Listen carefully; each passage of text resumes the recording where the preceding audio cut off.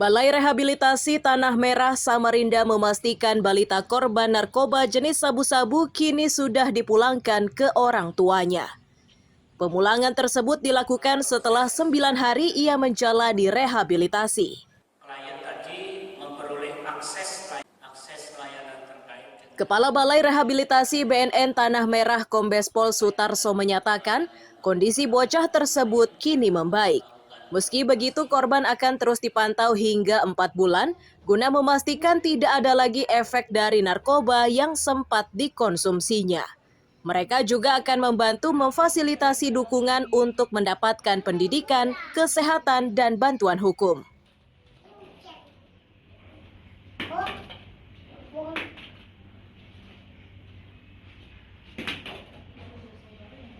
Dan walaupun demikian, sekembalinya dari balai ini masih ada potensi-potensi resiko terhadap gangguan pemulihan. Nah, oleh sebab itu, kami dari Balai Rehabilitasi Tanah Merah bekerja sama dengan BNN Provinsi akan melakukan pemantauan selama 4 bulan ke depan untuk menghilangkan hambatan-hambatan pemulihan, termasuk juga memfasilitasi dukungan pemulihan, baik dari dukungan sosial, dukungan kesejahteraan, dukungan akses terhadap pendidikan, akses terhadap kesehatan yang layak, dan akses bantuan hukum. Perkara bocah meminum air bekas mengisap sabu-sabu itu terungkap setelah ibu dari bocah laki-laki usia 3 tahun ini mengadu ke sentra pelayanan kepolisian di Polresta Samarinda. Pelakunya adalah teman ibu korban yang kini sudah ditetapkan sebagai tersangka. Kepada polisi, tersangka memastikan bukan dirinya yang memberi minum bocah tersebut. Air bekas isap sabu-sabu di dalam botol mineral itu diambil oleh sang ibu dan diminumkan kepada anaknya. Amir Hamzah dan tim liputan melaporkan dari Samarinda.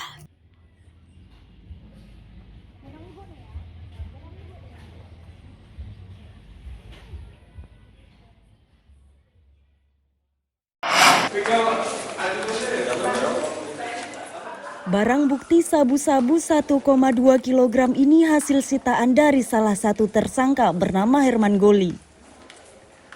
Ia ditangkap di Tres Narkoba Polda Kaltim saat dalam perjalanan dari Samarinda ke Sanga-Sanga, Kutai Kartanegara. Kasubdit 1 di Tres Narkoba Polda Kaltim AKBP Nyoman Wijana menyatakan tersangka merupakan residivis kasus serupa. Sementara satu tersangka lainnya ditangkap karena menyimpan daun ganja seberat 113 gram. Polisi memastikan tersangka kedua ini berstatus mahasiswa. 1, 2, 3, kali lagi 1, 2, 3, siap. Ya.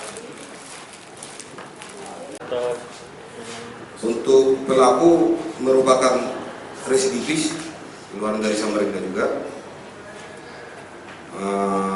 Sudah pernah diamankan oleh Polresta Samarinda.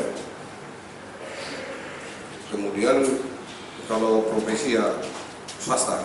Pelaku ini pengguna juga atau hanya pengedaran? Pasal sesuai dengan yang disampaikan Pak Kasubdit Mas tadi, kita tidak menggunakan pasal pengguna. Kita menggunakan pasal sebagai pengedar 114 dan 112. Kejaksaan pengacaranya sama dari pengadilan. Barang bukti sitaan dari kedua tersangka dimusnahkan dengan cara dilarutkan ke dalam air dan dibakar. Selanjutnya tersangka akan menghadapi ancaman pidana hingga seumur hidup. Amir Hamzah dan Riani Mantini melaporkan dari Balikpapan.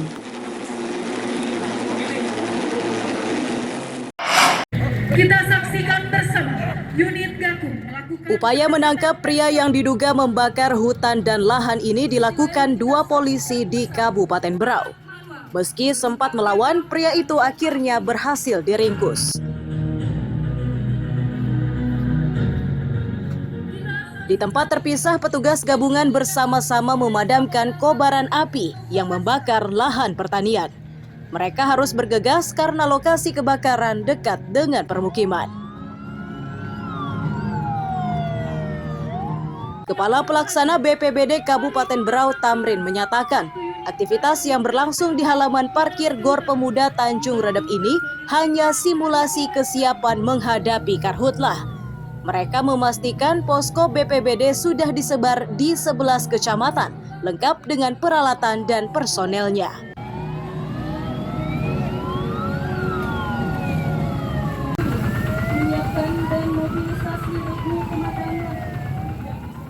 Yang jelas bahwa dari 2019 kita mulai membangun posko di 11 kecamatan, kita lengkapi dengan personil, ya. Kemudian juga dengan sarana prasarana peralatan seperti damkar, ada kita punya damkar pemadaman pemukiman, kemudian ada damkar khusus untuk karhutlah yang bentuknya slip-on. Kemudian kita bantu dengan water supply dan kemudian alat lain seperti pompa portable, kemudian selang dan pompa punggung itu sudah kita lengkapi, termasuk alat manual, ya, alat manual untuk pemadaman hotspot manakala terjadi. Nah itu cuma kelemahan kami memang personil di kecamatan masih minim. Kesiapan personel dan peralatan menghadapi Karhutlah ini diakui oleh relawan KPHP. Mereka juga kerap berpatroli di daerah rawan kebakaran hutan dan lahan. Semoga Agustus September 3 bulan ke depan kita akan melakukan lebih intensif lagi melaksanakan patroli Karhutlah, Pak. Oke. Untuk kesiapan teknis sendiri ada kendala nggak Pak terkait alat-alat atau gimana? Peralatan kita sudah dari Dinas Kehutanan sudah menyiapkan semuanya. Peralatan kita sudah inventarisasi, kita sudah siap semua untuk mengatasi kebakaran hutan tahun ini. Untuk kesiapsiagaan menghadapi Karhutlah ini, pemerintah Kabupaten Berau melibatkan berbagai pihak, mulai TNI, polisi, Dinas Kehutanan, BPBD, Basarnas, relawan, dan masyarakat. Amir Hamzah dan Miko Gusti melaporkan dari Kabupaten Berau.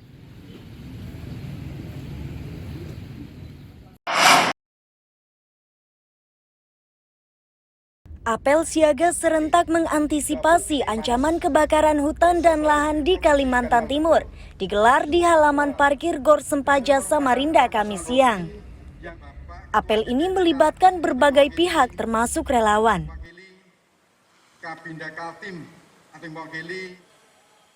Wakapolda Kalimantan Timur Brigjen Pol Mujiono menyatakan Kaltim tergolong aman dari ancaman Karhutlah karena masih turun hujan. Namun begitu, kewaspadaan harus terus ditingkatkan. Mujiono juga memastikan pemantauan Karhutlah tidak hanya dilakukan secara manual, namun sudah menggunakan aplikasi yang memudahkan petugas mendeteksi titik api.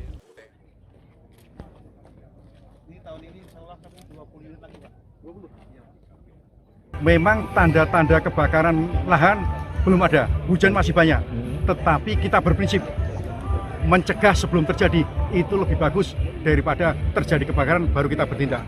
Jadi belum ada kebakaran yang banyak, kita semua yang hadir di sini sudah siap untuk mengantisipasi terjadinya Karhutlah. Oke. Sudah dipetakan Pak daerah-daerah ya? Oh sudah, semua dipetakan. Kami juga punya aplikasi di wilayah Kaltim, ada titik panas, langsung kami monitor. Begitu kami monitor, di koordinator berapa anggota kami, Polsek, Koramil, dari kecamatan, dari desa, udah langsung menuju ke tempat kejadian. Aplikasi Zoom yang saat ini juga sedang menggelar apel. Kepala Dinas Kehutanan Kaltim menyatakan mekanisme pemantauan tidak hanya difokuskan pada lahan gambut. Saat ini mereka sudah menyiapkan 20 UPTD KPH di 10 kabupaten kota yang setiap waktu memantau semua kawasan yang berpotensi terjadi kebakaran hutan dan lahan. Alhamdulillah untuk kebakaran gambut jarang terjadi di Kalimantan Timur karena masih banyak airnya. Alhamdulillah kita terjaga. Tapi tetap terus kita monitor dan terus kita lakukan patroli pengamanan kebakaran lahan, di mana kita ada memiliki 20 PTD KPH yang tersebar di seluruh kabupaten kota, itu yang memonitor semua kegiatan-kegiatan tingkat apa.